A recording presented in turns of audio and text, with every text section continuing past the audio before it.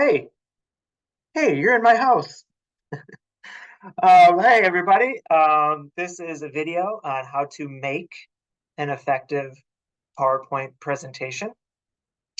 So I'm just going to go over in this video, which is going to be around 20 minutes long, general tips and tricks and strategies for making a visually appealing and not a confusing PowerPoint presentation, only relating to the slides. This is not about how you could speak or use your body language and gestures. I'm only going to focus on the slides themselves in this presentation. Um, and I think that the tips and tricks that I do cover in this presentation are things that you can use in other classes. So I hope that you can find this information useful, not only for my class and our class, but classes you have outside of our classes together. So let us dive right in, and let me share my screen.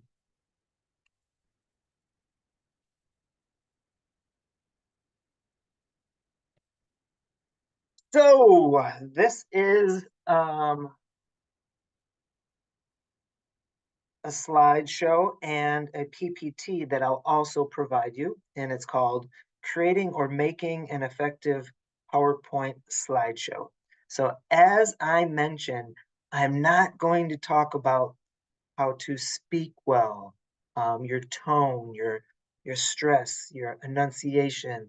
I'm not going to talk about hand gestures and eye contact with the audience. In this video, I'm strictly focusing on the PowerPoint slides themselves.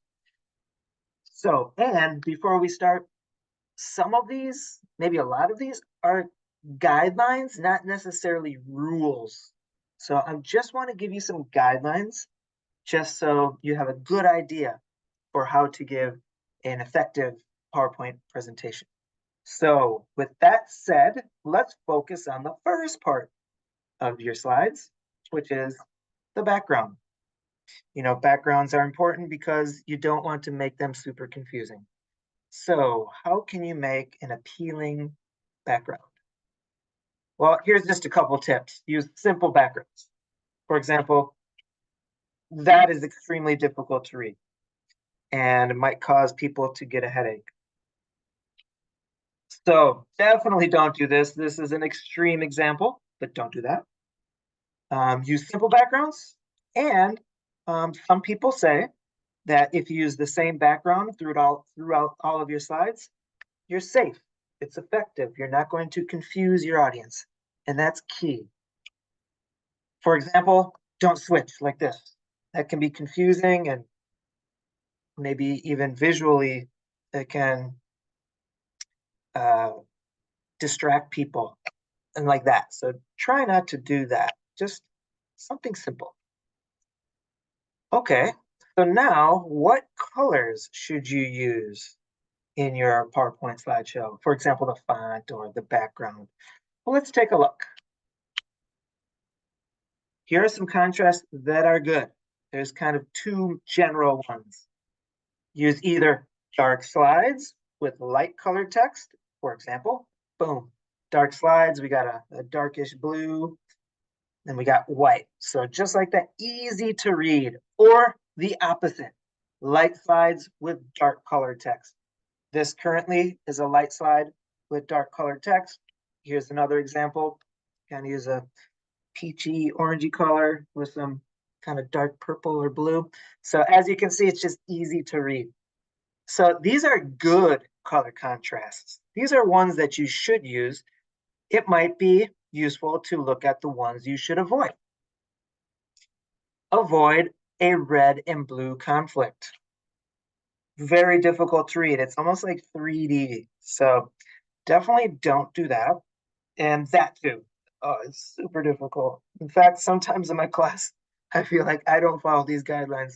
And if I do and I hurt your eyes, I apologize. So also avoid low contrast. What that means is like this. So it's like kind of a bright yellow and a white. Ooh, Yeah, not too easy to look at. Black and blue, now, that once again, it kind of looks weird when you look at it. These are some other color combinations that really don't go well together. Like the font doesn't stick out and they resonate, like the colors, red on green, green on blue, dark yellow on green, excuse me, purple on blue, orange on green. So maybe you already know this. In case you don't, avoid these color combinations and stick with dark background, light colors, or light background, dark colors. Either one, you're good. All right. So let us move on to bullet points, because in a PowerPoint, you're often, almost giving like an outline of your information that you want to provide the audience. So there is a rule that I did not create, but a lot of people follow, and it is called the 1-6-6 rule of bullet points. And of course, each number refers to something. What do they refer to? 1 means one idea per slide. If you have more than one idea per slide, it can be confusing to the audience.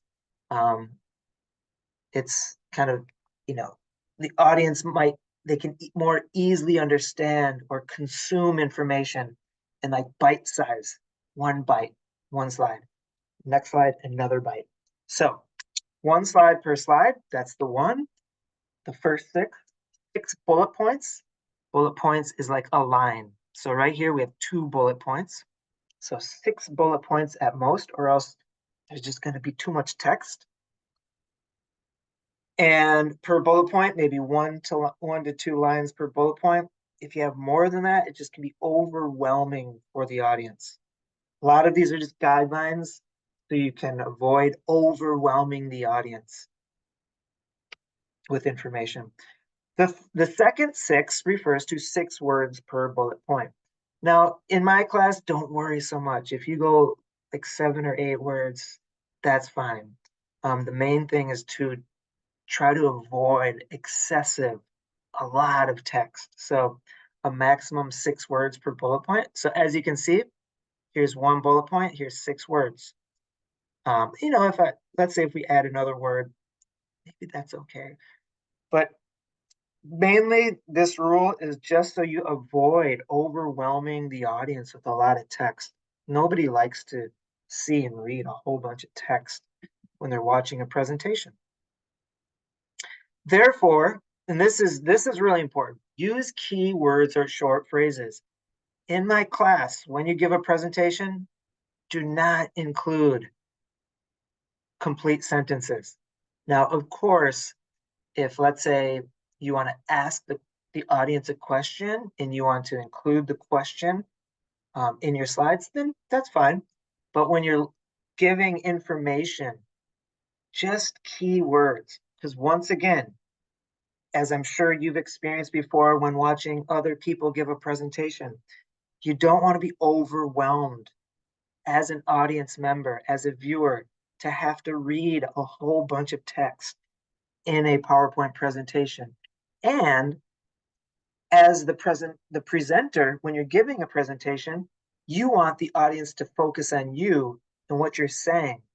If you show them a bunch of text, they just stop focusing on you and just start reading the text in your slides. So if you just have the keywords, boom, then provide the audience what you mean by the keywords, that's good. Complete sentences, not good.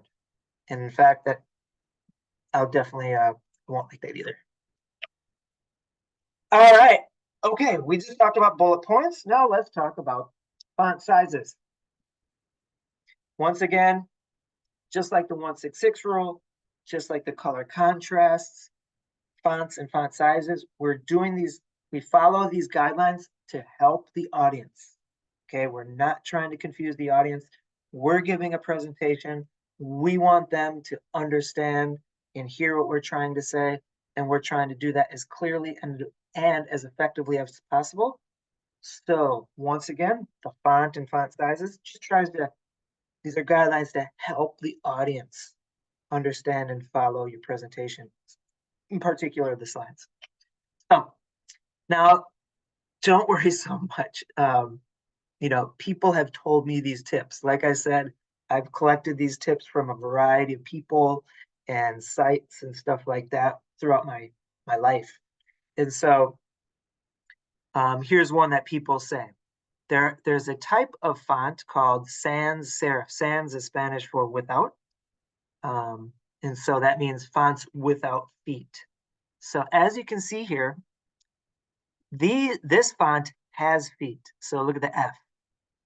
Notice here, this F, there's no feet. This N has feet. That N doesn't have feet. So in general, people say use, sans serif fonts, use fonts without feet.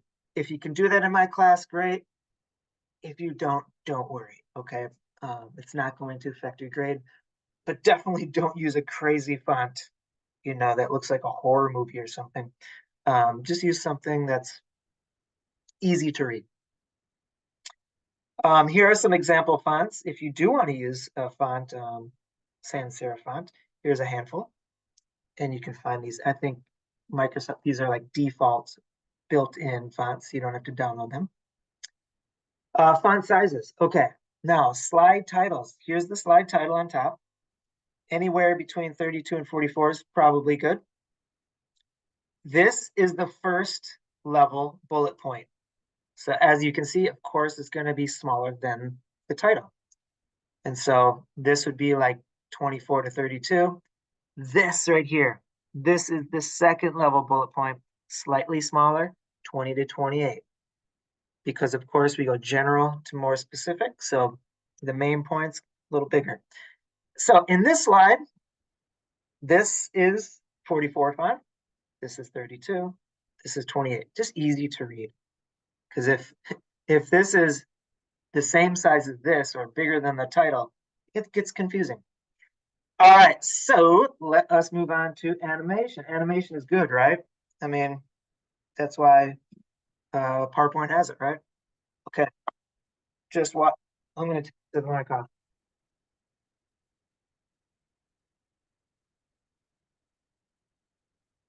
I'm going to go take a nap.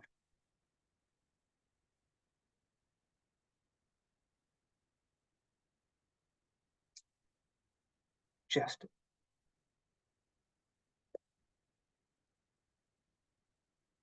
don't do this. Okay, sure.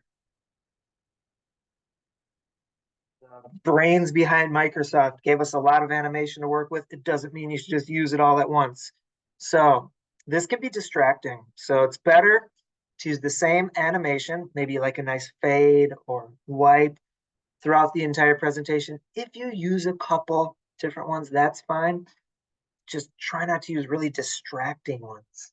That's key. Yeah, so don't do that. And I think you probably know that. This is an extreme example. All right. So limit the animation, same animation, something simple, not too distracting. If you use a couple, that's fine. But make them, if you do use a couple, make them match each other. Don't use one that's like super flashy and one that's not. So here's a guideline. Just try to limit the animation. Because once again, you're always trying to help the audience follow your slides better, and you don't want to distract them. So that's key. And the audience, of course, is there to listen to you and watch your presentation. They're not trying to like see your skill at using the animation. Oops. Okay. All right, images. Okay, of course, you gotta have some images. There's COVID. So here are some tips. Images, visual aids should outline, explain, support your main points. They should be related to what you're trying to say. They should not be just something completely unrelated to your presentation. Oh, God. Okay, puppies, cute. In this presentation, cute, but not good.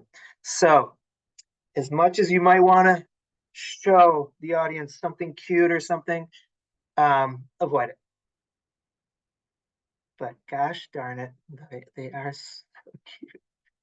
Oh man, if you're ever having a bad day, take a screenshot of this and put it in your phone. All right, so your images, visual aids, should be directly related to the main points you're making and outline or explain or support them. There needs to be a reason why you're including those images. You shouldn't just randomly choose images just to throw them up on the screen. You need to have a reason. They should help the audience understand your points or support them. Images and visual aids should be simple and clear. The audience shouldn't try to have to think deeply about what they mean, and they should not dominate the presentation. Meaning that you shouldn't just have so many images that it ends up being like a gallery in a museum. And just remember, the images or visual aids, they serve your audience needs to understand your presentation. It's not like you're not trying to be a presenter. So your images should not replace you as the presenter. They should just help you convey your ideas to the audience. Okay, trust me. I, you know, I can't say that I have a lot of super good skills, okay? I have no idea, but I do have one really good skill, and I will definitely notice a watermark. So if you have a watermark in your slides, it's going to be like stabbing me in the heart. So that is a watermark. I'm sure you know what a watermark is. Don't use images of watermarks. To me, it's a sign of not really trying. Because I know I make a lot of slides, and trust me, I've spent a lot of extra time searching and scouring the internet to try to find images without watermarks. And you'll notice in my slides, I promise you, I want to make your college life nice and special. So I don't use watermarks in my slides in my class. If I do, please point it out. Once in a while, I will find one, and I'm like, I can't believe it. So don't use watermarks. If there's a picture you want, an image you want, and there's only ones with watermarks online, don't use it. It looks worse than the benefit you get from using the picture you want. All right, don't include an image. Okay, don't do this. This image, there's so much text. If you do this, now this is an image. So if you use an image with a lot of text, what do you think the audience is going to do? They're going to just start reading it, and it's going to distract. They're going to stop paying attention to you. So don't do that. And this is critical. Make sure you proofread and edit your text. Trust me, if I was giving a presentation in Korean or your native language, and it was all in Hangul, you would instantly see spelling mistakes. Trust me, you can. So when I am looking at your slides, because this is an English class, I will instantly know the same way you instantly see Hangul or your native language spelling mistakes. Trust me. And it just doesn't look good, and it doesn't take that long to proofread and edit. So please do that. That's just a good tip. So check for any spelling mistakes. Boom. What's wrong here? Real quick. The R is missing. Information technology. Look for any capitalization or punctuation errors. I'm happy to be a Soltech student. What's wrong? Okay, we're missing the apostrophe here. And you know what? Actually, I think this T should be capitalized, I think. All right, so proofread. Great language. I love it. I love typing Hangul on my keyboard. But in this class, don't use it because this is an English class. So basically, when you're giving this presentation, your audience members understand English only. That's what you got to assume. So you should not use Hangul because trust me, outside of people who have studied Korean or are Korean, they have no idea what it means. So let's just briefly summarize. Keep bullet points brief, 6-6 rule. And then of course the one idea per slide. So the 1-6-6 rule, use the same background and animation for each slide. Use the same text. Yeah, don't switch text every single slide. Use the same text in appropriate font sizes throughout your slides. Don't use Hangul. Just keep in mind, the audience came to see you. They want to hear you and your ideas. It's not like they just wanted to come and see a bunch of images you just threw in your slideshow. So your slides should be enhancing your presentation. Images should not be the presentation. And again, lastly, edit, proofread your slides. This is not like proofreading a 10-page essay. You're not going to have that much text. And just remember keywords, not complete sentences. So because you only have keywords, it's not like a 10-page essay. It's not like it's going to take that long to proofread, but it's worth it because if you're giving a presentation with spelling mistakes, it looks like you didn't proofread. It looks like you didn't put in the effort. And that can take away from the overall impact of your presentation. Boom, that's it. All right. Well, gosh, it's a shocker. Kind of almost feels like it's back in the Zoom era, back on, I should say, the COVID era, back on Zoom. Anyways, I hope you found this useful. And if you have any questions about the information, please ask me. I'm going to also upload the PowerPoint presentation. See you in class.